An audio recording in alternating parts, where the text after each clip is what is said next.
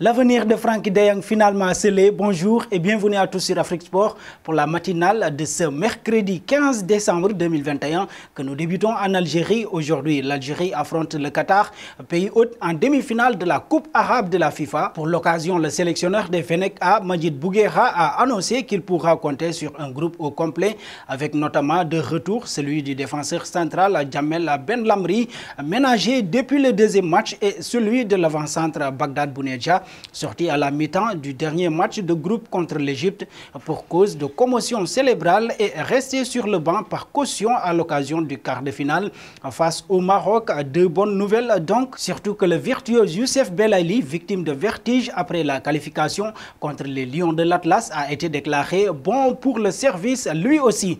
Un passage au Cameroun et au fils marque déjà ses empreintes. Récemment élu président de la Fédération camerounaise de football, Samuel Eto'o souhaite de restaurer la discipline dans la fédération. L'ancien international camerounais qui est arrivé au bureau à 7h45 a exigé la fermeture du portail à 8h, une consigne respectée car la majorité des employés retardataires de la FECAFOOT sont restés dehors. Samuel en a profité pour visiter les bureaux et recenser le personnel. Selon certains médias, la star du football camerounais serait en colère contre les concierges de l'immeuble qui auraient ouvert le portail à un ancien lion indomptable qui officierait dans les dits locaux. Samuel Eto'o aurait récupéré les clés du portail et renvoyé les concierges. Renseigne l'APR News, une agence régionale. Ça débute très fort. Un passage auprès de Kalidou Koulibaly, sorti sur blessure lors du match de la 15e journée du championnat italien face à Sassuolo le 1er décembre. Kalidou Koulibaly semble être en avance sur sa reprise si son absence était annoncée entre 4 à 5 semaines.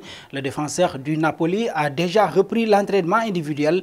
Après un peu moins de 2 semaines en salle, Kalidou Koulibaly a repris mardi les séances avec des petits tours de terrain, un signal positif pour le joueur de 30 ans qui souffre d'une élongation de second degré au biceps fémoral de la cuisse gauche.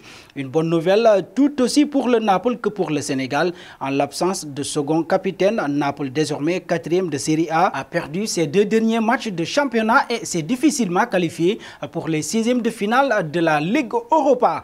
Filons en Allemagne. En match avancé de la 16e journée de la Bundesliga, le Bayern se rendait sur la pelouse de Stuttgart. Un mal classé et les Bavarois ont été sans pitié en s'imposant sur le score de 5-0 sur un terrain en très mauvais état. Serge Gnabry a volé la vedette à Robert Lewandowski en inscrivant un triplé, mais le Polonais a également fait parler la poudre en s'offrant un doublé. Il aurait même pu signer lui aussi un triplé, mais sa frappe a heurté le poteau. Avec cette victoire, le Bayern ne peut plus être rattrapé par ses poursuivants avant la fin des matchs allés et donc officiellement Ebbs-Mestay, c'est-à-dire champion d'automne. Le Bayern totalise 40 points contre 31 au Borussia Dortmund, son dauphin qui va jouer aujourd'hui. De l'Allemagne, un pas vers l'Espagne, encore auteur d'un bon début de saison malgré les difficultés du Barça. Frenkie de Jong ne manque pas de prétendants arrivés de l'Ajax Amsterdam en 2019 pour 86 millions d'euros. Le joueur de 24 ans serait notamment pisté par les 2 rivaux de Manchester.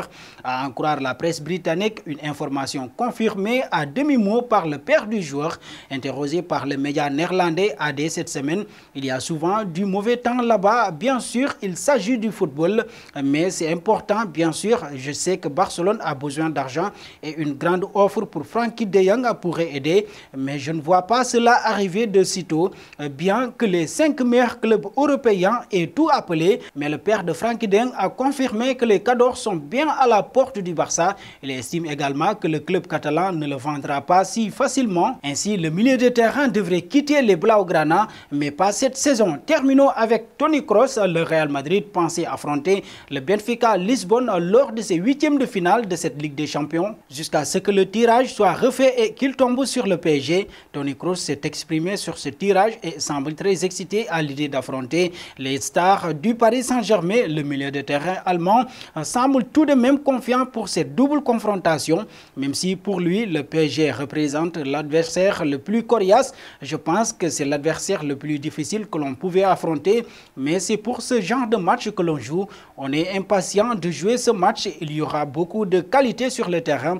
On verra ce qui se passera, mais on reste le Real Madrid et on a toujours hâte de jouer ce genre de match. On est confiant, a-t-il indiqué dans une vidéo relayée sur les réseaux sociaux. Et nous arrivons au terme de cette matinale que nous bouclons avec la question du jour qui portait le numéro 24 lors du premier match de Toni Kroos avec le Real Madrid. Vos réponses seront attendues en commentaire. Merci et très bonne journée à tous.